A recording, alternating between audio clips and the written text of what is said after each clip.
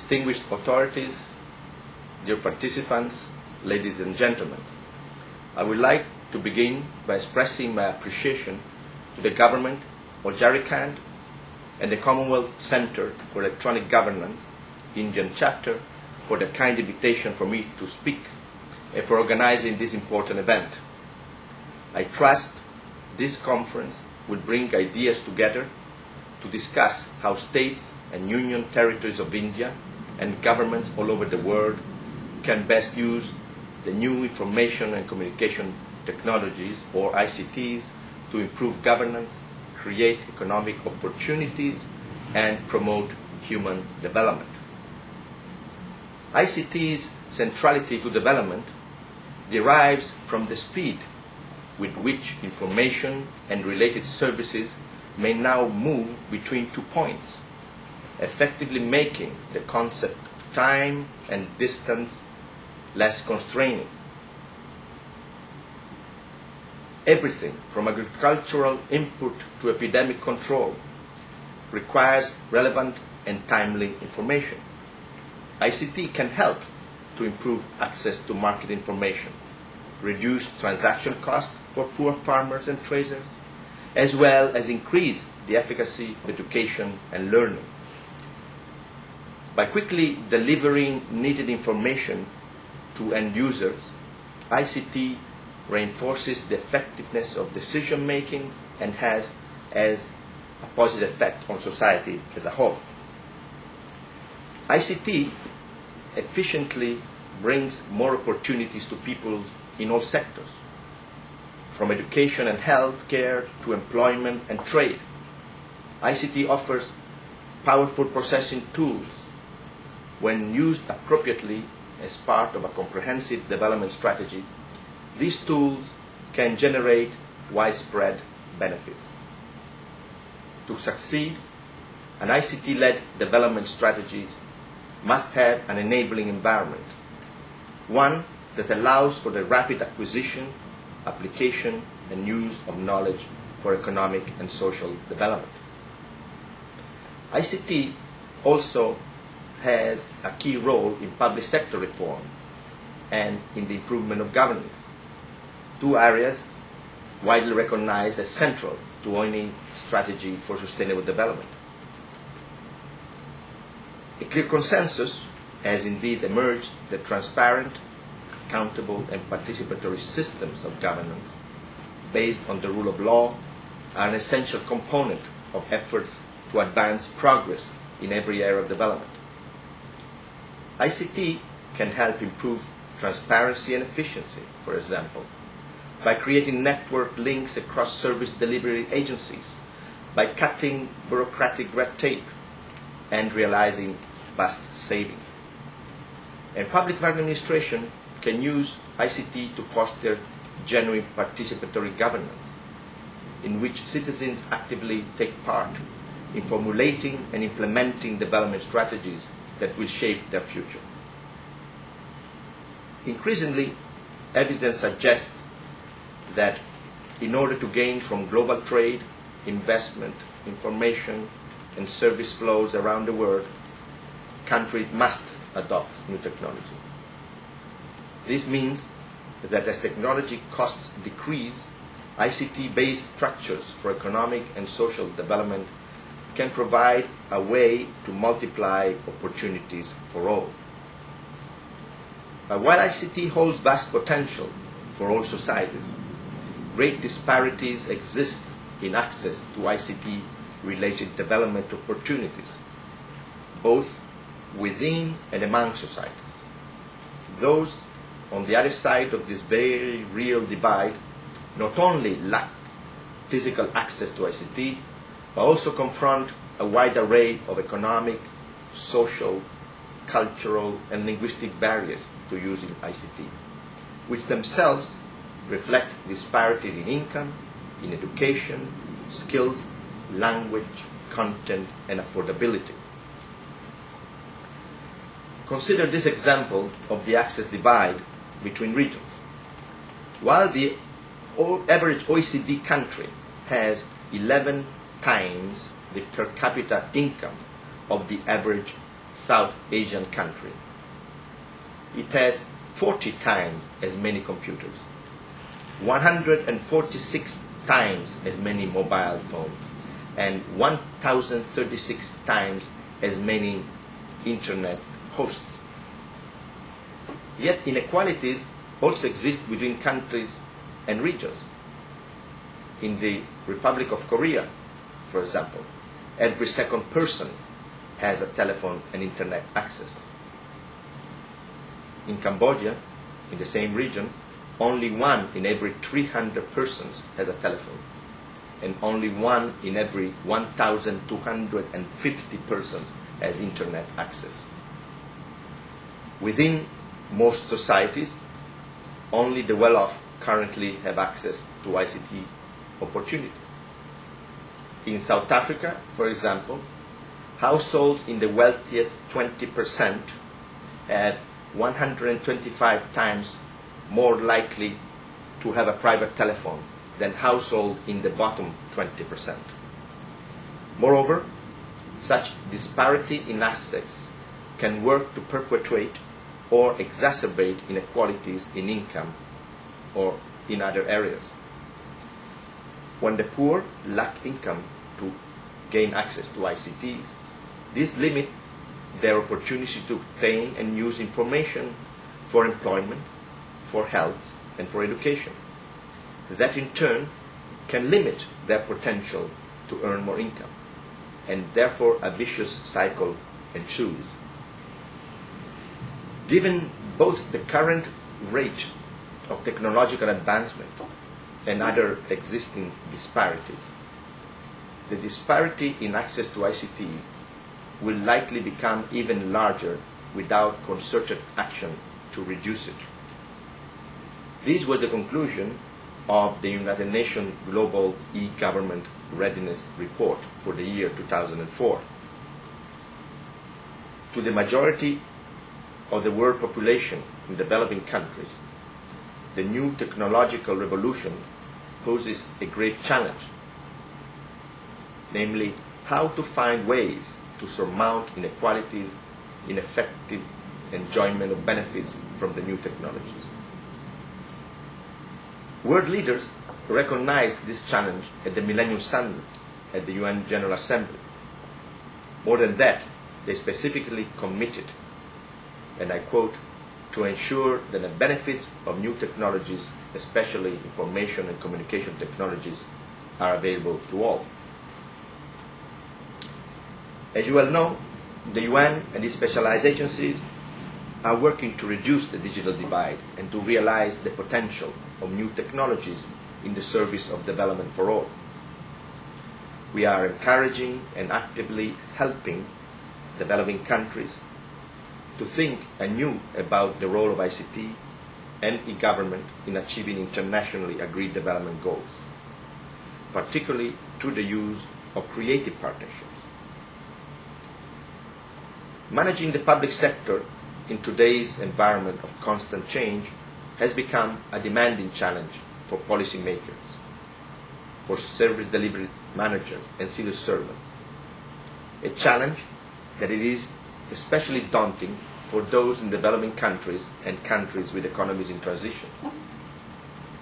For over 50 years, the United Nations, through its program in public administration and development, has assisted member states in the effort to strengthen, improve, and reform their governance systems and institutions, particularly those that contribute to transparency and accountability of public sector expenditure. The Division of Public Administration and Development Management, which I head, and which currently implements the program, has been entrusted with the responsibility of ensuring that public economic, administrative, and financial institutions of developing countries and of countries with economies in transition function in a sound, participatory, and transparent manner. A country's public sector is arguably the most important factor in the successful implementation of its national development agenda. And our division focuses its knowledge, expertise, and professionalism on critical substantive areas that are essential to the successful implementation of national programs and policies. By disseminating information and knowledge, by delivering technical assistance, and providing an international forum for exchange of national experiences, the Division of Public Administration and Development Management assists government in strengthening their policy-making system, in reinforcing their human resources capacity, and in improving the overall efficiency of their governance systems and institutions. With the publication of the first United Nations Global E-Governance Survey in 2003, but even more with the publication of the second survey in 2004, the division has become the recognized and accepted organization for ranking countries in the world in the area of e-government development. Our ranking of countries according to the e-government readiness index, to the web present index, and the participation index has become an accepted global standard. The methodology adopted for this survey is based on a concept which ties e-government development to public value creation and public value creation to human development. It incorporates also technical stages of sophistication in the development of e-government online. It is considered objective, and it has universal outreach. Through the year 2004, it has been challenged many times by interested member states and scholars who always have entered that challenge convinced by its logic and objectivity. We have found the survey and the resulting ranking of member states to be an invaluable advocacy and training tool. Countries want to know what is determining their ranking and what measures they should take to improve it. Brazil, for example, wants to cooperate with us in developing the methodology to be used internally.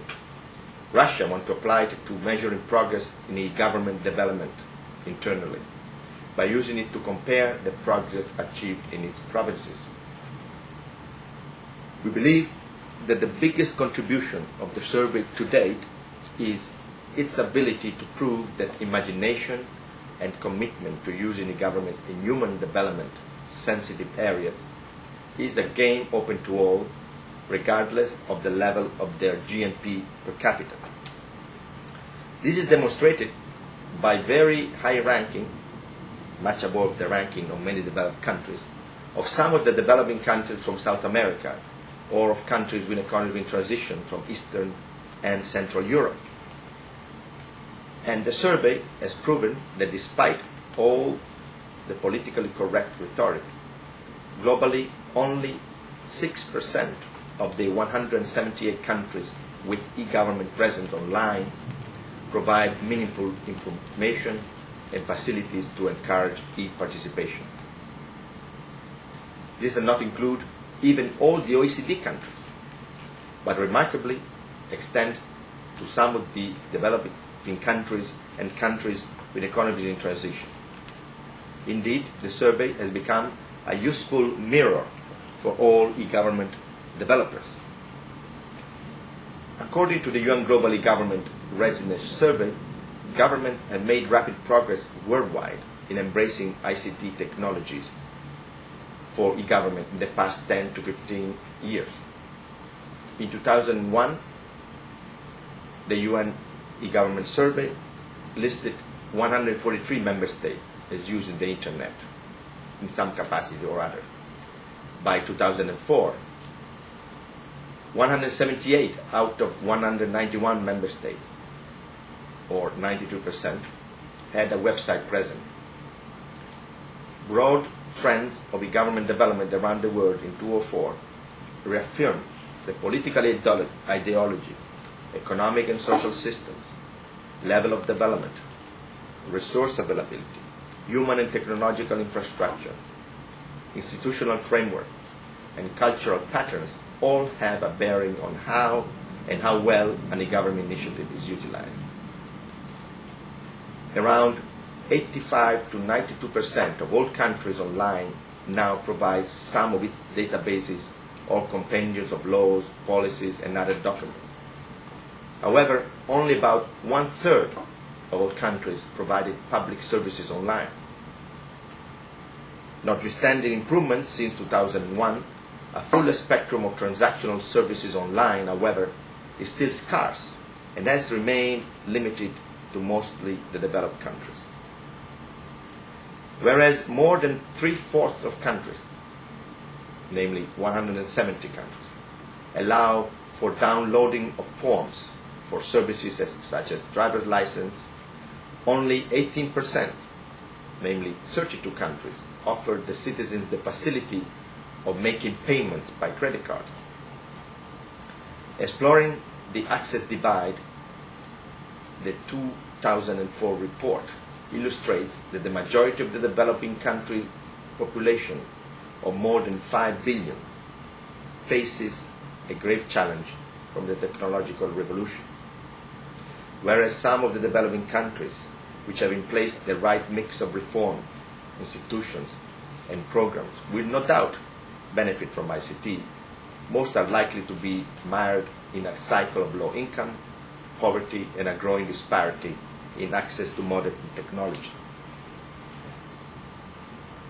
Economic and social empowerment today rests on the ability to access, gather, analyze, and utilize information and knowledge to widen individual choices for political, economic, social, cultural, and behavioral decisions.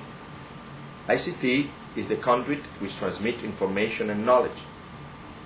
By integrating technology into development planning more effectively and speedily, solutions can be found for economic growth and sustainable human development. The predominant understanding of e-government today equates it with e-administration, which aims to achieve the efficient provision of services. E-government, so defined, does not deal with fundamental political questions of who decides which services should be produced publicly, or how individual preferences translated into collective decision. We need to expand our conception of e-government to also include a much more substantial emphasis on e-participation, to harness the Internet for the more direct empowerment of citizens, frequently excluded from the benefits of development. Despite the hopeful e-government experiments that have taken place, serious doubts persist about why citizens should participate in a virtual world when they are not taken seriously in the real one. We need to recognize that without strategic commitment to developmental vision and change, the status quo will use technology to reproduce itself.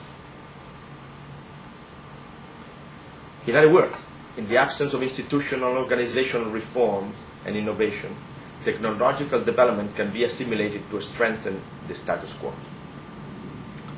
Public administration around the world at all levels has developed a fairly comprehensive body of accumulated experience, including both successes and failures.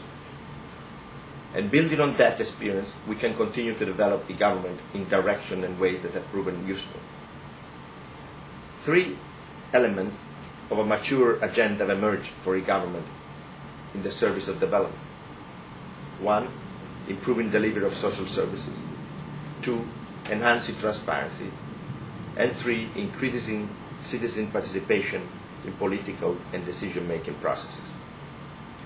The agenda aims to help state and national e-government efforts to create an environment conducive to fulfilling the promise of development for all. Putting the agenda into action will require governments, the private sector, and civil society in the region and worldwide to provide the resources needed to reduce the damaging disparities in ICT access and opportunities. This conference provides an arena in which public officials from states throughout India can address the specific challenges of development and harness the potential of ICT for development. In this conference, you can exchange knowledge and experiences, create awarenesses and consensus on the most relevant issues, build policy-making capacity, strengthen existing partnership, and establish new one.